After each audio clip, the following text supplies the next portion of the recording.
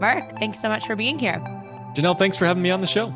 I'm super excited. I mean, as a real estate agent, I have tax season looming upon me. Mhm. So the moment I just read the word tax, I'm like, no, no, no, no, no, not that again. Yeah, it's nothing more certain in life than death and taxes, but we're here to talk about more positive things, Janelle. So let's focus Yes. on the positive. Let's focus on the solutions. I'm ready. There's actually a bar here in Toronto called Death and Taxes, and I think it's such an Nice. awesome name. Well, It's so good. that's only rivaled by a bar here in our town. Here, the bar is called The Office. Oh, Hey, honey, I'm going to the office. I'll be right back. So it's a great name for a bar. I love that. I've listened to a bunch of your podcasts, not your podcast, but the ones that you've been guest on. And I mean, like you said, money is involved in every aspect of your life.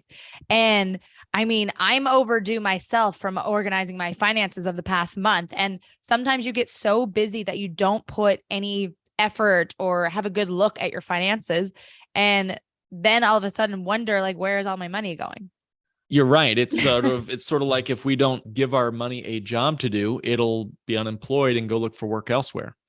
So when you think about the money in your bank account today, just, maybe it takes 10 seconds to log into your bank app and see what the balance is today. What is its job? Mm. Is it just a big blob sitting there waiting to be spent on Friday night? Or does every single dollar in your account have a specific and singular task for it to do? Many people I meet, they either have a lot of unemployed money, in which case, again, the unemployed workers will go find someone else to work for, i.e., leave your account and go to the accounts of, the favorite brands that you like to spend money on. Mm-hmm. Or you might have the other problem, which is you give your dollars like 18 jobs to do. Mm. And what I mean by that is people will mentally in their mind say, oh yeah, I got tax bills coming up here. I need to not spend that money. And then 17 seconds later, they're thinking, oh man, I really want that new flat screen TV. And then 17 seconds later, they're thinking, man, I really need to pay this light bill. And so they double count. Oh, I got it. I got no problem. I can still go on that vacation this weekend because I got the money for it. But they've forgotten, in other words, they didn't give their dollars just a singular job to do. They forgot what jobs they gave it the work to do earlier in the day or, late last week or whatever. You must give every dollar a job, a singular job, and stick to it. Now, here's the thing. The other side of that coin, give every dollar a job, is to be able to be comfortable to change job descriptions of that dollar. So what do I mean by that? Well, life throws us curveballs. We all know that. You can be laid off. You can spend too much last night at the bar. You can have a great business idea that you need to immediately invest in. Sometimes we need to roll with the punches, and your little budget, if we call it that, should not be behind stained glass. Regularly break your budget. It's fine. Just roll with it. Move some money that you overspent in one category and give that money a new job to do. We spent too much on clothing. We need to spend a little less on dining out or whatever else, right? But giving that dollar a job to do and having an explicit task for it to accomplish helps you feel more in control. I'll tell you, you can feel like budgets are constraining. You can feel like they are the stuff for nerds, and maybe they are. I admit that. But if you don't have some kind of spending strategy for your life, you will be controlled by your money. So it's either ultimately one or controlled by your job and the hustle culture that surrounds it. That's right. Yeah. Yeah. I know people making a third of the income of somebody else, but their work feels lighter. They have more time for themselves. They're in control of their financial life, whereas you can always outspend an income. I don't care always. if you so easy. Yeah, if you're just a 20-year-old out of college or Donald Trump or the United States, you can always outspend your income. Yeah, what are your aha moments or experiences with that, like in the real estate space? I'm curious. I mean, I'm going to tell you about my personal life because I didn't grow up, and I don't think anyone has grown up knowing how to manage money. It's learned, and it's rare if you're learning healthy money mindsets from your upbringing. As we all know, and as anyone who talks about money is like that, I found I didn't learn how to manage money or learn how money works probably until I went to university. I started thinking similar to you, where you come out, you're like, oh, right, I have to pay for this, but I'm also in school right now. I can't like simultaneously work a fantastic job and go to school. Like, oh, and I have groceries and I have to pay rent and I'm 18. It's like, whoa, whoa, whoa, whoa, whoa. like when did my life become this? Mm-hmm. And there's some people that are waking up at 35 years old and saying, whoa, whoa, whoa, whoa, whoa, like, how do I do any of this? Mm-hmm. When did you become financially literate? That's a good question. I think it's sort of a gradual, it's like driving into town. You start to hear your favorite radio station a little bit at a time, and it gets more clear the closer you get. Mhm. But I would say the earliest memory I have with money and financial literacy was when my mom, at 5 years old, I had somehow scratched together like $50 or something from a couple of different, lemonade stands and that sort of thing. Mhm. And it was the day's activity. The errand of the day was my mom was going to take me with my little paper bag of money to a bank to open up a Mm. checking account. And she was doing the right thing. She just wanted to be a good mom and teach me about how money works. I saw it as 100% theft. The bank is taking your money. Yeah. Well, who's this strange bozo with, Yeah. a name tag with a suit on saying he's going to take care of I was doing just fine taking care of my own money. Mhm. Why do I need this bank thing? What advantage does that give me? Mhm. So that's my first memory of money. And my distrust of banks has only increased since then. Let me tell Yeah, you. I've learned that about you. Yeah. But fast forward to college, and I still hadn't learned much about money. I stumbled into $120,000 of student loan debt. And I didn't have and that was, 12 whatever years ago. So fast forward a little bit of inflation since then. We're Mhm. talking a lot of debt. And worst, maybe I graduated in the midst of the Great Recession of 2008 with no job or prospects for a job, really. And, worst of all, no plan to pay off Yeah. that debt. The no job thing, we can solve that. The no plan, when you're burying your head in the sand, it only gets worse. So for me, that was my wake up call, you might say, for financial literacy. It was out of a deep need of necessity. The people were calling me at dinner time. The credit cards were calling, the student loans were calling, and I needed some kind of way to, duck and cover, but like solve that problem. And that's what stumbled me into the financial strategies that we now help our clients with today. And what I'm so proud to say has changed not only my life, but the life of really my entire family. Mm-hmm. It shocks me, the student loan debt issue in the States altogether. Like the cost of university, the cost of getting that one piece of paper to be able to continue in society, it's beyond me. Like I'm in Canada. And so when I came out of university, I had 30 grand of student loans. And I mean, I worked my ass off throughout university with scholarships and paying for many things. So like coming out with 30 grand, not that bad. Yep. But like it was like I was getting my first job and then understanding, okay, if this is the amount of a student loan payment to be able to pay off the principal and all this. And it's funny, it's like I did a business degree. So it's like now by the time I'm graduating, I understand business and money and how to make things work. But still, I'm like, similar to you, how do I ever finish this debt off? And I know people, I'm sure you do too, in their 60s about to retire and still have student loan debt. Sure. They've paid for 10 degrees at this point. That's right. Yeah. Well, it gives me great pause to say that, the college solution, it seems like the value of a degree is going down, but the cost of the degree is going up. And that will intersect at some point. And it's just like any other bubble, whether we're talking about tulip mania in the 1600s and the Dutch Empire, or if we're talking about, the .com bubble of 1999, 2000, 2001, when the price of something goes up, but the value of something goes down, some point, somebody will say, it's not worth it. Yeah. And enough people are starting to say that it may come a day where, the cost of college will have to reflect its real value. For me, it was not so much like the big debt, and we had 3 private school degrees and we made those choices and all that. But for me, the biggest was, how am I going to take full advantage of this opportunity? And I was just thinking about, Sherlock Holmes, and there's a great book about his mind and the way his mind apparently worked, according to several folks who've kind of read into this character like he's a real person, was a concept called defamiliarization. And that's like a $20 cocktail term. So I had to look that one up. But basically, it's like, how do you take something that's familiar and make it new again? Okay. And this is a pretty remarkable, you can do this in any area of your life. Yeah. when you have a regular, familiar route to work, have you ever just been on the way to like somewhere close by your work? Maybe a friend lives by your house, your office or something, and you're just driving, and you end up in your office's parking lot. And you're like, how did I get here? I was trying to get to my friend's house. It's familiarization. We're on a mind path, and the little rat maze is telling us to go to this one place. But when we defamiliarize ourselves, whether it's how we're going to get to our friend's house, or how we're going to lose that last 10 pounds, or how we're going to change our financial future, defamiliarization is one way to not just see the environment, but to truly observe the reality. And that's what Sherlock Holmes did so well in his books, and the character in those books. He would not just see the environment, he would truly observe it.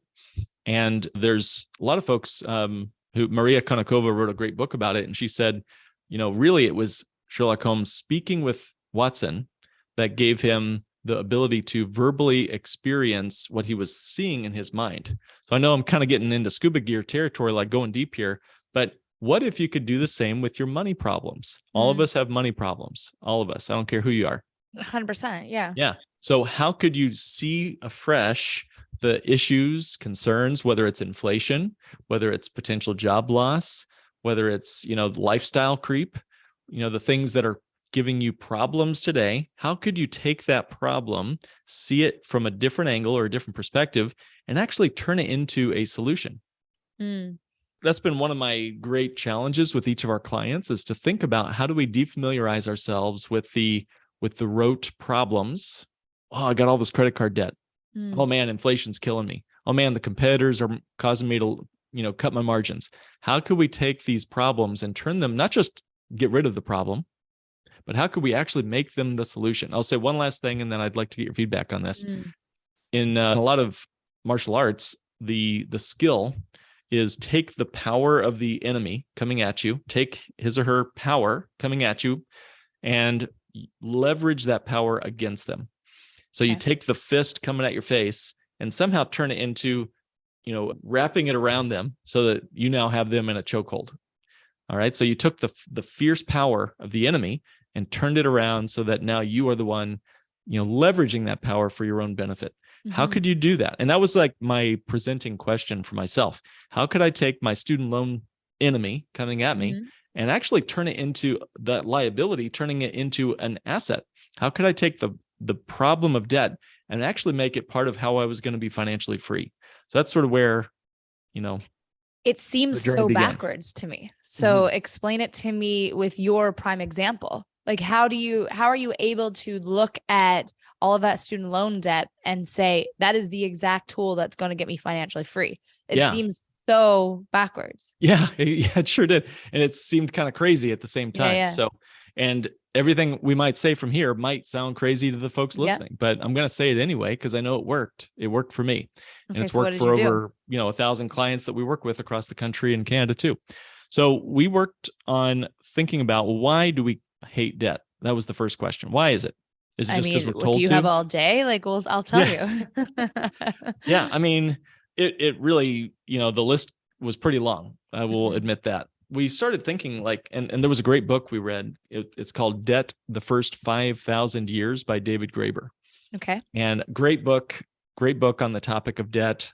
And it just got me thinking about how much pain and misery that 4-letter word debt has caused the human race. I mean, 5,000 years is a long time for something to be around. And we say that it about ourselves. We make it very personal. We sure do. Yeah. Yeah. I mean, think of how many lives have ended over debt, how many marriages, how many people have been under the thumb of a banker. And yet on the other side of that, there's been so much profit that's come from debt. I mean, at the same time, on every ledger, there's a borrower and a creditor. And so how could you move from the debtor to the wealth creator in your own life? And to me, that was like the question. So we started thinking, well, why is it we don't want to just pay off this debt with cash? That's like the best way folks tell you to pay off your debts is to do what's called the debt snowball method. Yeah, very familiar. Very familiar. Okay, cool. So for those not familiar, I'll just quickly share. Essentially what you do is you pay your minimums on all your debts, keep current on all your debts. And then any extra money you're not throwing at lifestyle, which there is a major lifestyle creep issue. Anything we're not throwing at lifestyle should go onto one account. And generally they say the smallest balance or sometimes the highest interest, but you pick one debt. You start feeling like you're winning. Yeah, exactly. Yeah. So you get that ball rolling, that snowball rolling. That's the snowball method. Yeah. And they generally also tell you to keep like $1,000 in a savings account while you're doing this. Mm-hmm. So I was doing that. I was following the snowball method. And then somewhere about halfway through, I began to really get that empty feeling in my stomach. And I really began to think, well, wow, this is sort of like eating a bunch of, sugary candy. It tastes great for about 15 seconds. And then I get that super empty feeling in my bank account. And I think, oh boy, I don't have any kind of money. If I go into an emergency, I'm going to fall back down the debt staircase again. And worse, I don't have any earning assets for my future. I'm getting older. As I'm going through my debt snowball, I'm seeing years go by. And I knew as I was getting into finance that the most powerful dollars are the ones you have in your pocket today while you're youngest, because a dollar that you spend today is gone, but also gone is whatever that $1 would have just earned for you had you just left it invested, had you just kept it growing. So, when I buy my cup of coffee for $3 or $5 or whatever, I spent $3 or $5, but I also lost $15 in the future. Does that concept make sense? Yeah, it makes you really, really be conscious of your purchases and where you spend your money. Yeah. And purchases, true. But I was also starting to realize that I was throwing all this money into a hole called student loans. And that was money I would never see again. So I told you I had about 120 grand of student loan debt, but it was really going to end up being over my lifetime, like 800 grand by the time, if I had not had the debt and could somehow invest that money conservatively, it'd be close to $1 million at that point by the time I was ready for retirement. Yeah, but depending on the interest on your student loans, that could also be 800 grand that you owe. Exactly. So all these folks come to me and they say, Mark, do I pay off my student loans or do I save? Because they see the either or in front of them. Yeah. I have to pay off this debt, but I am not getting any younger and I want my money compounding for my future.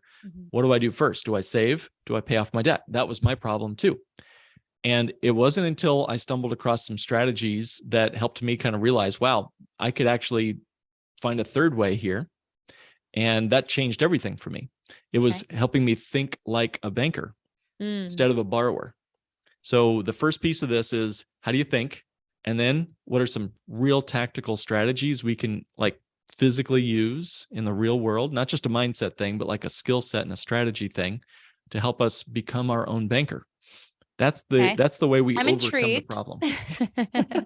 Well, that's the way I was able to overcome the problem of just, staying on the debt staircase my entire life. So how did I do it? This is going to sound crazy. I'm a certified financial planner. I work with real estate investors. I work with business owners. I work with Americans. We also team up with folks in Canada, and we work with folks all over the place to help them build solid financial solutions. But when I stumbled across this solution, I really thought, this is crazy. And it took me like the better part of a year to really wrap my heart around it and my mind around it even more. Okay. So step one of we now call this the debt snow bank method, just to keep it cool. We trademarked it. Step one, you still are paying the minimum on all your debts. We're not going to miss any payments there. We're going to keep current on our debts. Second, instead of overpaying on one account, which leaves you with no money left at the end of the month or at the end of your life, instead, we're going to put it into an asset that you control, that builds wealth for you. Okay. We're going to increase that contribution, that savings bucket. We're going to be blowing that thing up with as much money as we can possibly plow into that asset. That asset is growing and you have access to it. So it's liquid and it's also guaranteed that you can always get to it if you need it. So what is the asset? It's the only one I could find that works really well is a dividend paying whole life insurance contract. Of all things. I've heard this on your other interviews and I don't know what that means at all. Yeah, that's all right. It was new to me too. From a 29-year-old, I do not have a life insurance plan. Like There's no Yeah. reason to right now. Yeah, exactly. And I was 27 when I was discovering all this, and like, why did I need it? Right. Yeah, So, like I don't have dependents. Like I don't have a Mhm. crazy amount of net worth just yet. Yep. What's the point? Yeah, the life insurance piece was an afterthought. And again, if I could be talking about any other asset with you right now, Jenelle, I would be. But Mhm. life insurance has an interesting piece to this. Step one, we keep current on all of our debt. Step two, we plow money into an asset that we control. That asset I recommend is a dividend paying whole life insurance policy. What is that? I refer to this as a bank on yourself type whole life. Mhm. And here's how it works. And just real plain, simple. It's a contract that allows you to build wealth, not just the death benefit, which is going to be fine for somebody someday. It's not really in anyone's mind when they're getting these policies. The focus is on the living benefits called cash value. And the cash value is available to you while you're alive, which is to me the most fun time to spend money. Okay. So yeah, it's better than the alternative, right? So you put money into this contract and it's liquid, accessible cash. Think of it like a savings account, you might say, but with some additional features here. So first, it grows every single year outside of the stock market, guaranteed. Okay. Contractually guaranteed. No matter what the real estate market does this year, no matter what the stock market does this year, I know with a guarantee that my policies will grow in value every single year, no matter what. Why? The contract. The insurance Okay. company is contractually obligated to give me more money this year than I had last year. Now, is this very US specific? No, it's in mostly US and Canada. There's a few other Okay. countries outside of these two, but we're the cool kids in the neighborhood. Okay. Because So we have these am I contracts. going directly to like a life insurance company to set this up? Generally, you'd want to work with an insurance expert or a financial planner who knows how to design these. I will quickly add that there are a lot of other insurance products out there that sound like this. We call it bank on yourself, Mhm. but there are a lot of kissing cousins out there you don't want to necessarily put your money with Sure. if we're using it for this particular strategy. So my question is, so like on average, how much are people putting in a month? Like the money that I would have put in savings or investments, am I putting that into this insurance policy instead? Well, I'll tell you my story. I Okay. put as much as I could into this Okay. policy. Anything I didn't need to throw toward my debt, I wanted to be going toward my assets. Okay. So again, I'm taking the problem of my debt and turning it into an asset, like jujitsu. And a life insurance policy is considered an asset? It is. Mhm. Okay. Not term insurance. Term insurance, you're just renting that death benefit when you buy term insurance. We cannot use term insurance for what we're talking about today. Mhm. If you want to use an asset, you need a cash value connected to your policy. And only cash value life insurance allows us to borrow against it, use it, it grows. So I'll quickly add, okay, so it grows guaranteed. We've talked about that. Okay. It's liquid and accessible. So it's not trapping the money like typical government retirement plans might Mhm. for 40 years or whatever until you retire. You can access it next Tuesday if you need it for any reason. It's no taxes due, no taxes to get access to the money. And here's the key. When I access the money, I'm using it as collateral. And you know about this in real estate. Mhm. Houses keep growing whether you mortgage them or not. Yeah. Right? If you got $1 million house and you put an $800,000 mortgage on that house, your house is still worth $1 million and it's going to grow in the neighborhood on the full 1 million, right? The same is true with any kind of collateral.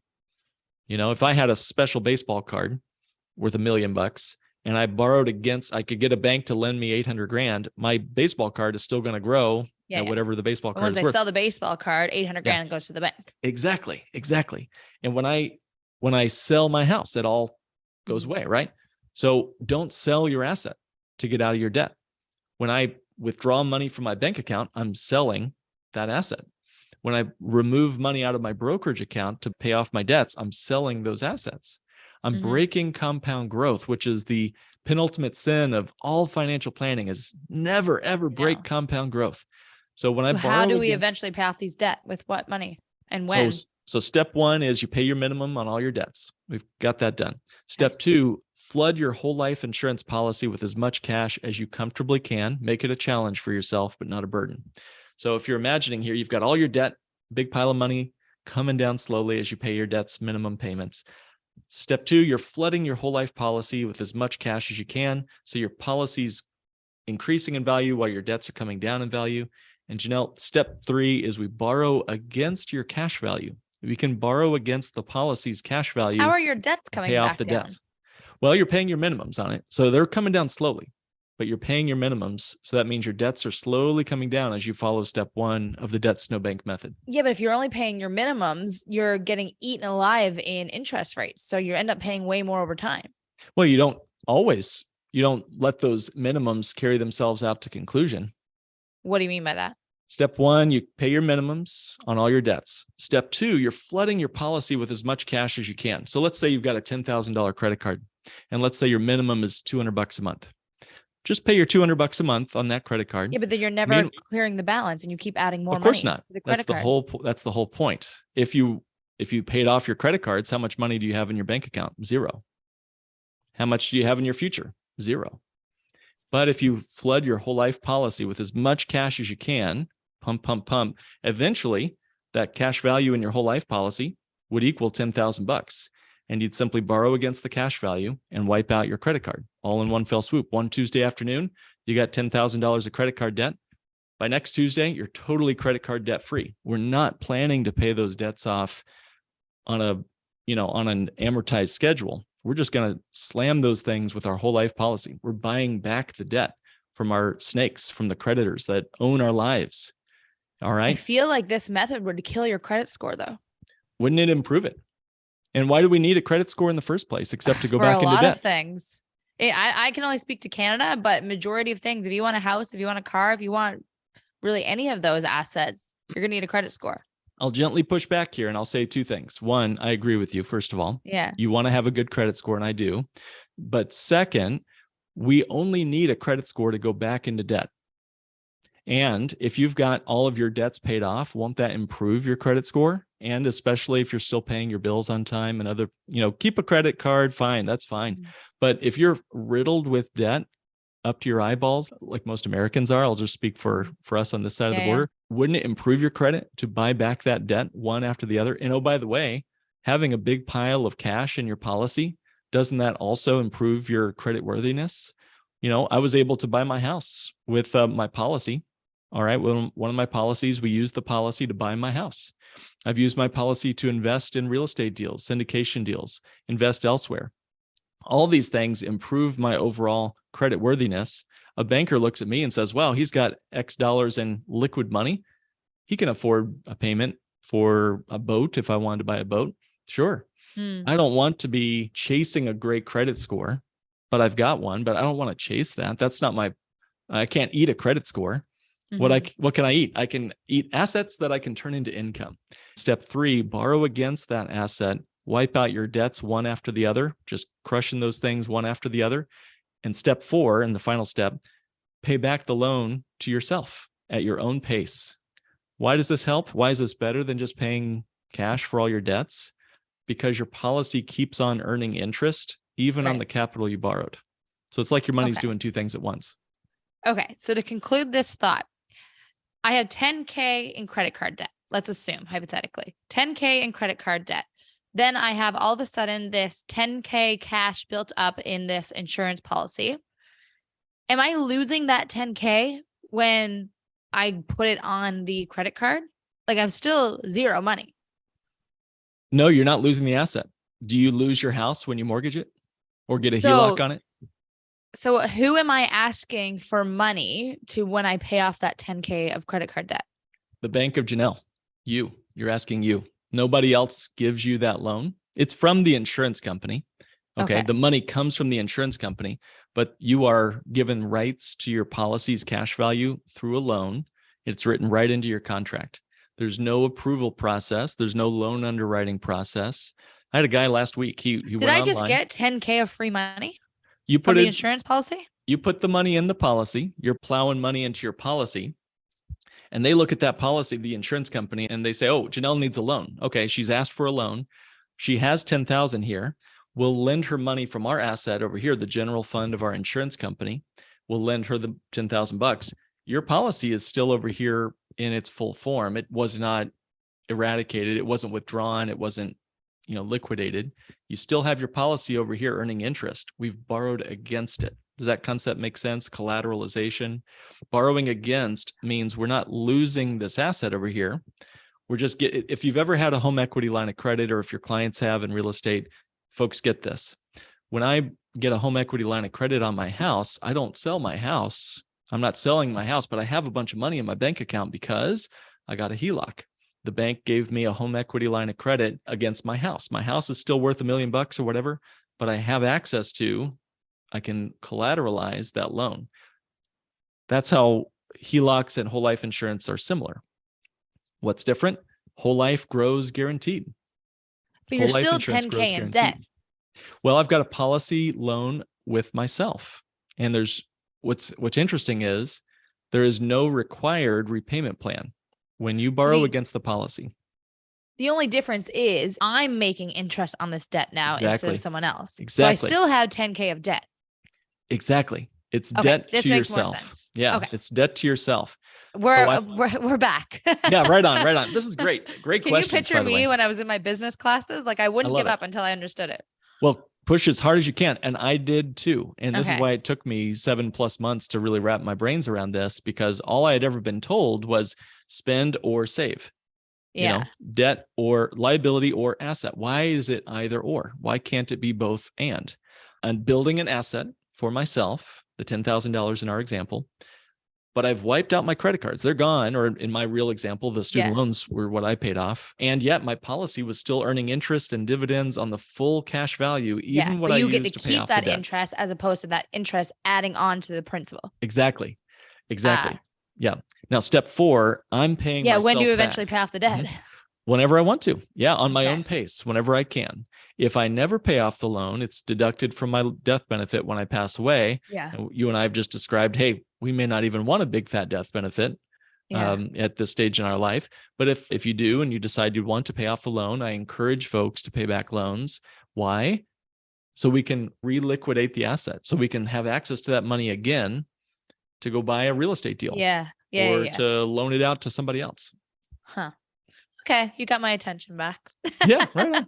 Well, push into it because if we think about things the way Watson would, we'd only see the empty room.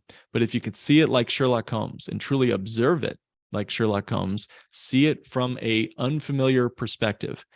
What if we thought like bankers all the time? Mm-hmm. Banks do this all the time. Look it up. Look up bank-owned life insurance. Just Google that, right? Bank-owned life insurance. They have hundreds of billions of dollars wrapped up in these contracts.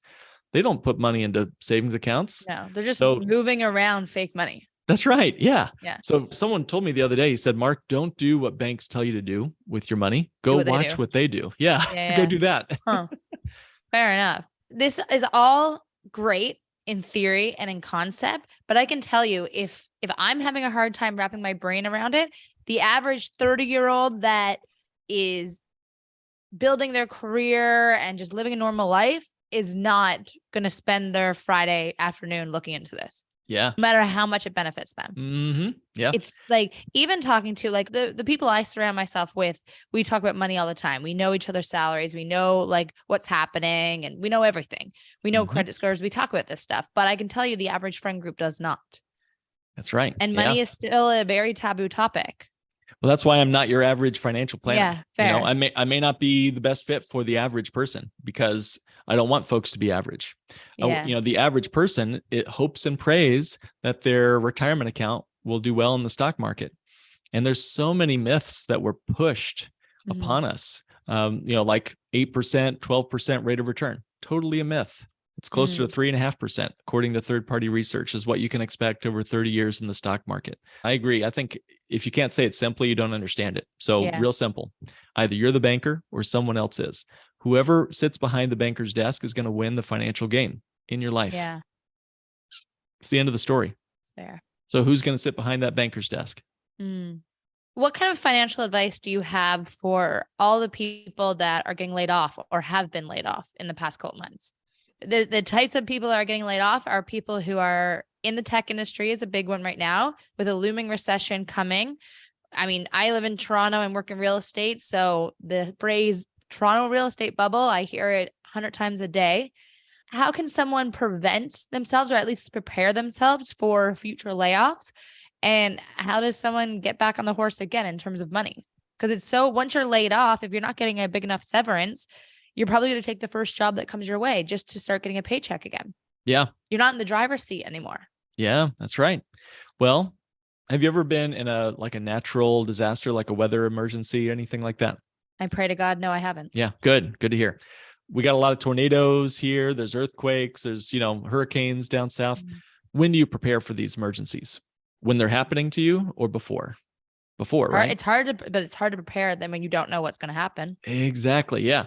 I mean, do you prepare for winter when the sun is shining in the summer and you want to be out there playing?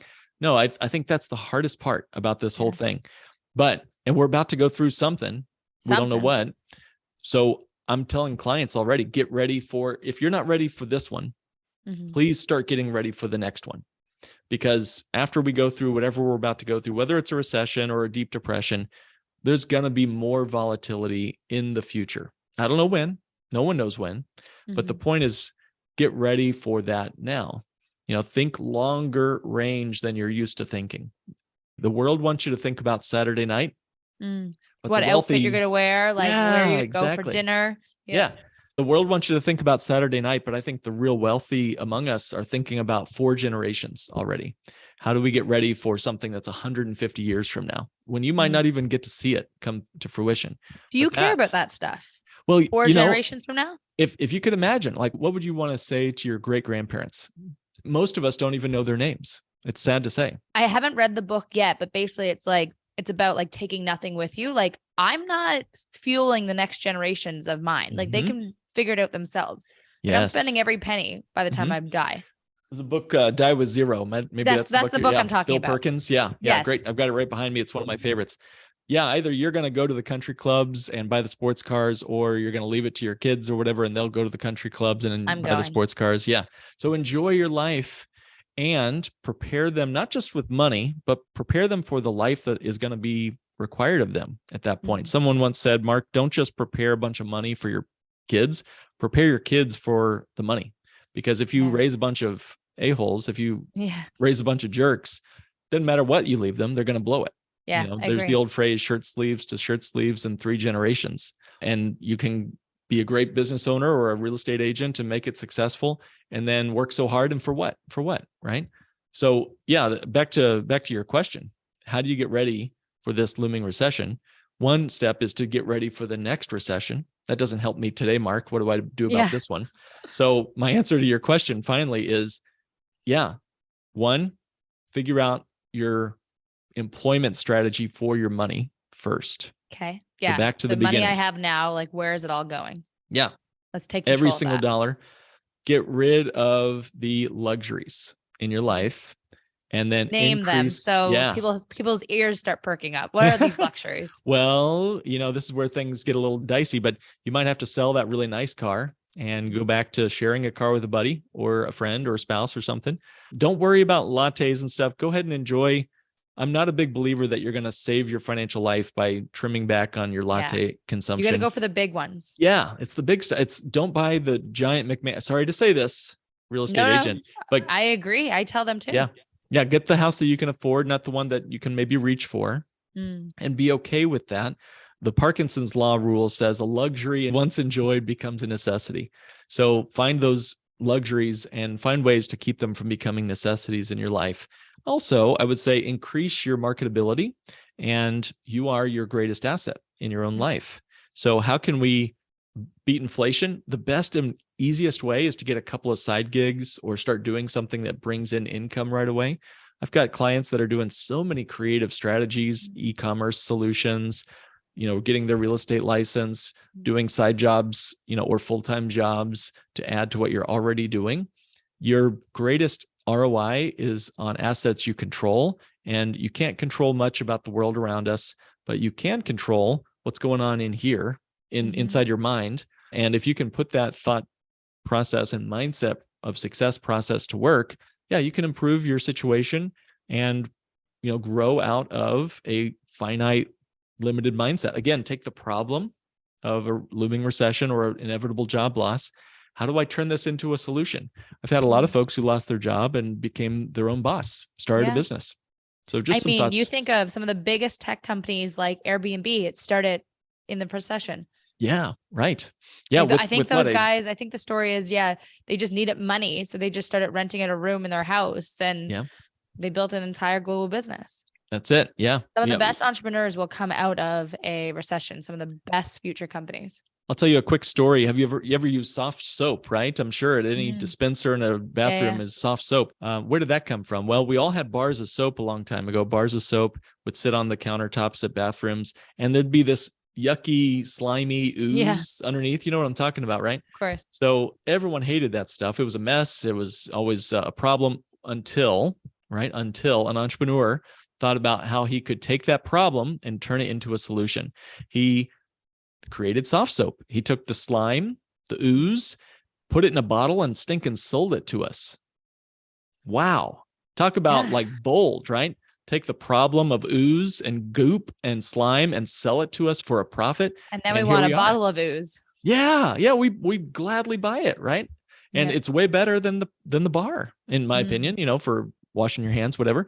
So how can you do that? How can you take a job loss, turn it into something like you said? Airbnb is a great example of that. Velcro is another example. Lots of great examples where problems became the solution. Yeah.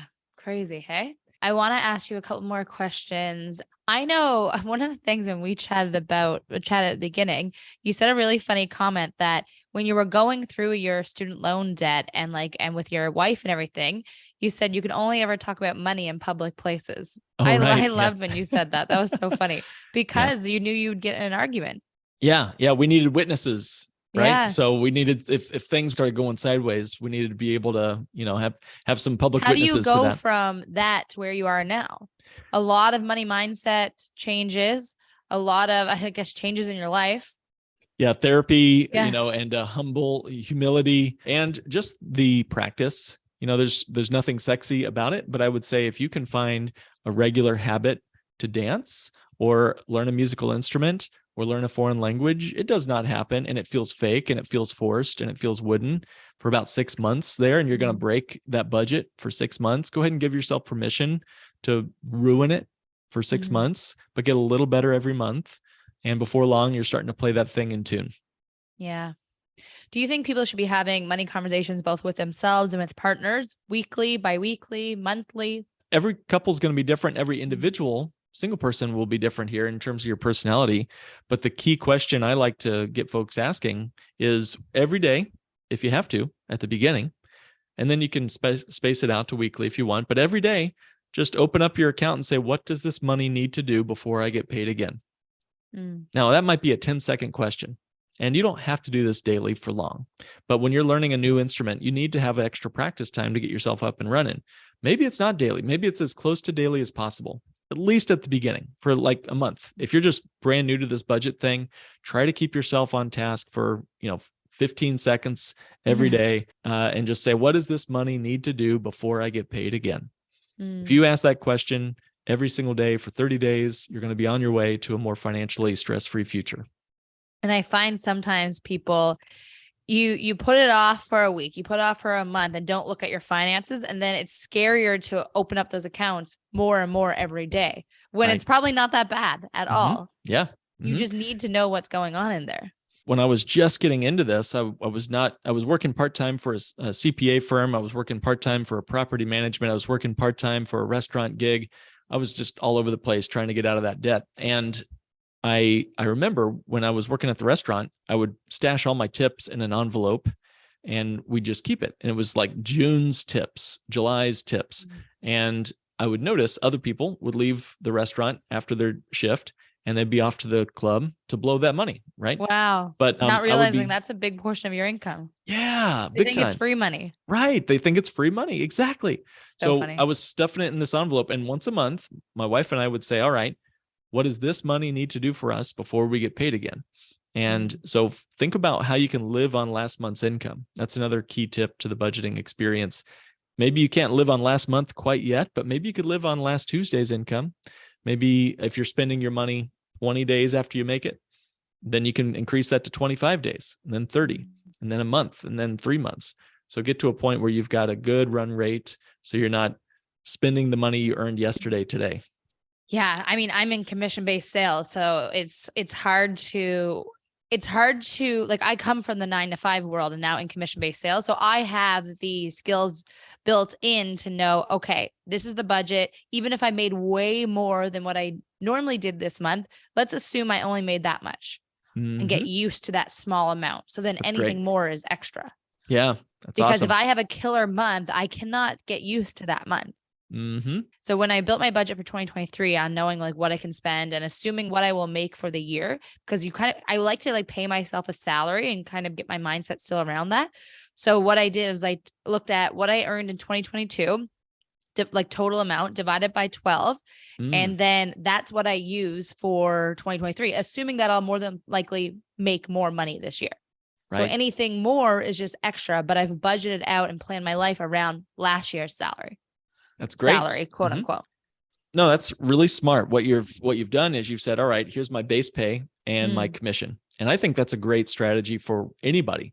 What is my minimum required for any business owner like yourself or solopreneur? What is my base required minimum to survive? You are the most important asset in your business. I'm going to go ahead and assume that you are more important than any other part of your business. Of course. You know? It isn't a business without me. Yeah, exactly. So we got to, we need to take care of any investment, right? A car, you want to change the oil, fill it with gas, whatever. So what is the minimum requirement to keep that wonderful asset running at its best? And then maybe that's, you pick a number, maybe that's 70 grand a year. I don't know. Yeah. And then on top of that, when you get the really good months, where does that money need to go? What do we want our money doing for us? If it goes into one account, it's going to act different than if it goes into another account. So, if you want a account to be illiquid for 40 years, if you want it to be taxed in the future when rates are most likely going to be higher, if you want it to be invested into underperforming retail amateur investment products like mutual funds or index funds, then wonderful news. We have qualified retirement plans from the government to sell you, right? 401ks, lots of options, RRSPs, but most people don't want those things is what I guess I'm getting to. Yeah. Most people, when they hear their 401k or their RSP described, it's not what they want. They don't want their money going there. And yet many people are pouring trillions of dollars, $32 trillion currently is invested in American retirement accounts that are tax deferred. So anyway, I know we're getting close to the end of our time, but if you can make more than you absolutely need to survive, the key question there, Jenelle, is what do I want my money doing for me? Again, putting that money to work and deciding what its job description will help you later on so that it's working for you rather than you working for your money. Last question for you. What are you doing lately with your money that we haven't talked about on this podcast to maybe prepare for a recession-proof business? Well, I mean, I can't think of a better asset that is liquid, tax-free, and guaranteed to grow no matter what recession we face. All right. I want to sit on a lot of cash right now. So my policies are a perfect place for my money to sit, because when real estate prices tank, I'm ready to buy. Liquid. Yeah. So, and you think that's what people should be doing, is at least keeping as much cash as they can. Yeah. So limiting your spending, limiting the luxuries, keep and save more than you would normally, but don't throw them in your RSPs. Keep it liquid. Yeah, that's right. Yeah. Or keep it in an account that you can access very quickly. You've got a choice. Where you put your money matters, and where you put it makes it act differently. So what characteristics do you want your money to have if we're going into this reality, whatever it might look like? So I like the optionality of sitting on liquid contingency capital right now.